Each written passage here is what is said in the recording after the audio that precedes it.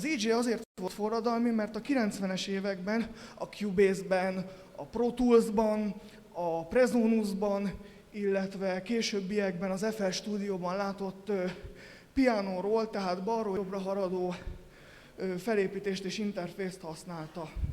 Emellett színes volt, elnagyolt volt, és nagyon könnyű volt használni, illetve, mint ahogy a mellékelt ábra mutatja, sample-ökből tudsz egy komplett zenét összelegózni, középen található a Sample Banked.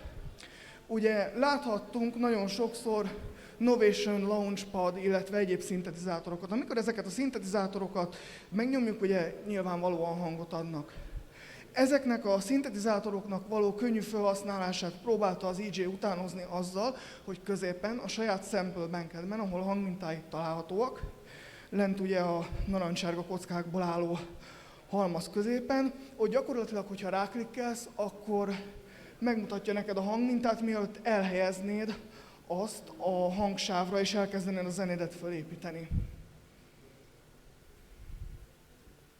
És ugye miért a legdiplomatikusabb zeneszerkesztő szoftver az EJ a világon? Amit most fogok mondani, az eléggé ellentmondásos. Nem azt mondom, hogy ez teljesen igaz, mert amennyiben a kezdőszinteken túllépsz, és a kezdeti sikereid megvoltak, mert nyilván egy zene megkomponálása és egy zene létrehozása baromira nyomasztó lehet, főleg, hogyha komolyabb szoftverekkel állsz neki, és a kezdeti kudarcok eltántoríthatnak. Az EJ esetében nem kell hangszeren megtanulnod, nem kell kottákkal kényszenvenned, és nem kell azt megtanulnod, hogy hogyan olvasd ezeket a kottákat. Továbbá nem kell legetrengető stúdió felszerelés és stúdió PC ahhoz, hogy az EJ-t futtatni tud a többi zeneszerkesztő szoftverrel ellentétben. Lásd Pro Tools a saját interfészével és hardverével, FL Studio az istentelen mennyiségű RAM-mal, ami a VST-k futtatásához szükséges, és így tovább, és így tovább. Nem kell hegyeket ketté szelned, hogy elindulhass ezen a nehéz és rögös úton. Továbbá, ugye említettem, hogy az EJ a sample-ökből és hangmintákból építkezik. Miért jobbak és miért kitűnőbbek az EJ-nek a samplejei és a hangminta készlete? Na most, mivel az EJ kezdőbarát, a kezdőbarátság köré fölépítette az összes előnyét, és mindent megpróbált azért megtenni, hogy a kezdőzenészeknek könnyű legyen az élete. Teljes kohézió van minden műfaj és minden csoport között, tehát gyakorlatilag akármilyen hangmintát haigálhatsz, akárhogyan, minimális szépérzékkel meg lesz benne a kohézió, és össze fognak illeni.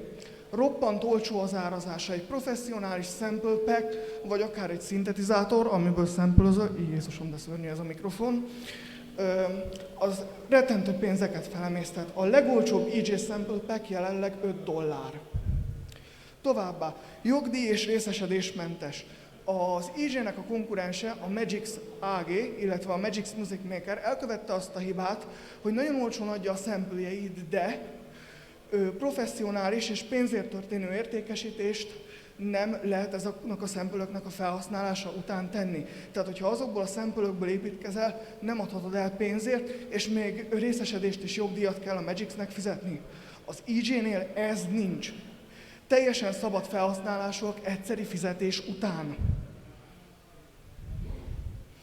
Nos, és ugye rengeteget mondtam, hogy mennyire egyszerű, mennyire kezdőbarát, mennyire egyéb. És itt jön az, hogy hogyan kapcsolódik ez a demo szcenéhez.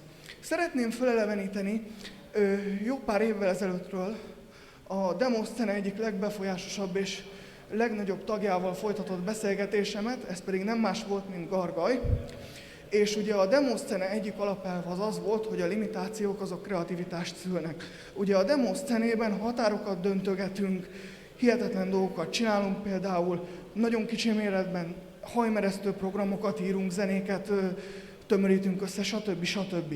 Az EJ limitációi hatalmas kreativitást szülnek. De levezetem ezt egy sokkal emberibb példával. Vegyünk egy festőművészt. Mondd azt ennek a festőművésznek, hogy fessen bármit. Szenvedni fog, azt se fogja tudni, hogy hogyan induljon el.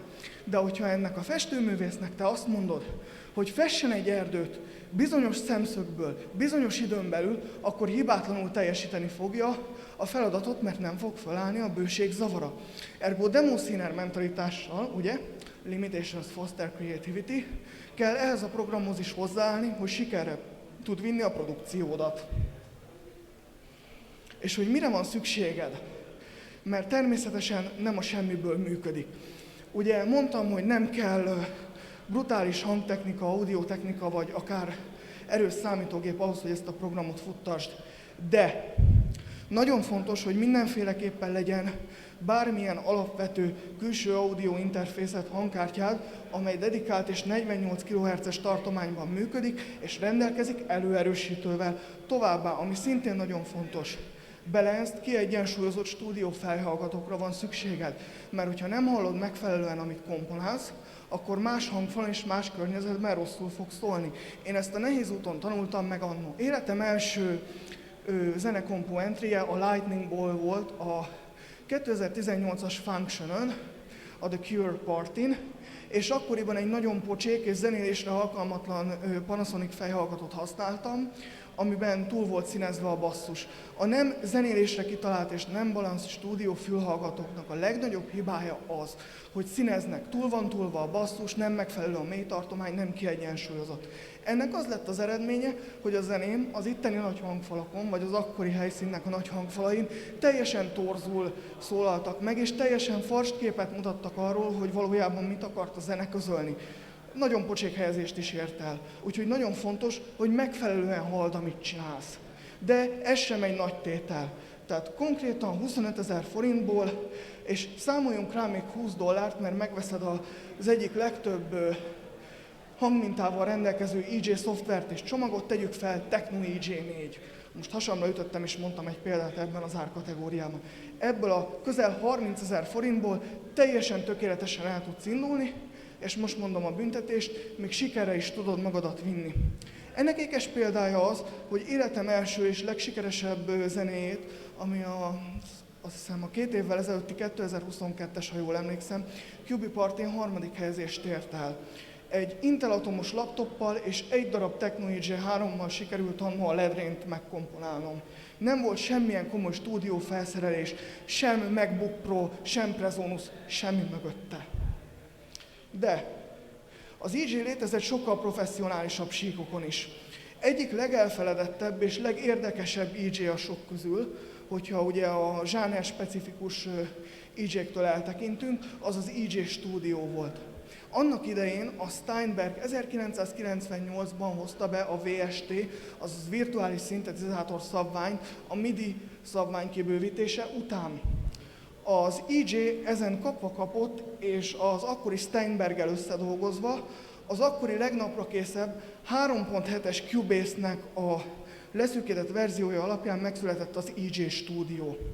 Amennyiben van türelmed az ASIO Audio Driver-t modernebb gépeken helyre rakni, ami egy nagyon körülményes dolog, akkor egy nagyon költséghatékony, könnyen használható és nagyon jó képességű zeneszerkesztő szoftvert tudsz kicsalogatni. És ezt annó konkrétan egyszer, azt hiszem 1995-ben, ha jól emlékszem, egy Carl Cox interjúban a háttérben lehetett látni egy CRT monitoron amúgy. Tehát ő is dolgozott ezzel a szoftverrel. Továbbá, így az előadásom végén, mert szeretném rövidre fogni, szeretnék köszönetet mondani azoknak az embereknek, akik valamit tettek a zenész-utamon való elindulásban, és segítettek nekem. Elsősorban Gugyin Adriánnak, Neurónak, a legjobb zenész barátomnak, ő adta az első EJ lemezt, ami egy Dance EJ4 volt. Varga Gábornak, G-nek, a volt lakótársamnak, ő a Techno EJ4-nek egy olyan demóját adta oda, amit később föl tudtam törni, és működött. Mészáros Józsefnek, Jóteknek, akit képes voltam az éjszaka kellős közepén fölhívni azzal, hogy találtam egy másik EJ lemezt a Vaterának a legvégébe, és másnap Jotek már a kapucsengőn csöngetett, és ott volt, hogy meghozta a cuccot. Mészáros Evelinnek, a nővéremnek, aki nem egy, nem két, nem három EJ Németországból való megvásárlásával támogatta ezt az utat, és végül, de nem utolsó sorban, egy nagyon tehetséges demószínernek, aki itt ül sorainkban, Netrónak. Nagyon köszönöm a megtisztelő figyelmet, én Matthew Newcastle voltam, ha fölkeltettem az érdeklődéseteket, akkor az EJ Shopból le tudjátok tölteni, vagy meg tudjátok venni a programokat.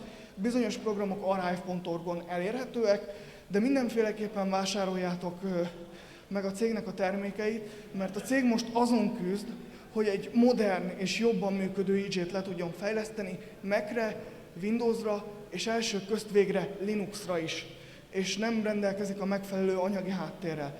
Ezt onnan tudom, hogy törtem föl programjukat, és utólagosan egy levelezésből derült ki, miután visszakövették a törést hozzám, hogy nekik ez miért egy nagyon nagy probléma. Nagyon köszönöm még egyszer a megtisztelő figyelmet, a viszontlátásra és további jó partit kívánok mindenkinek!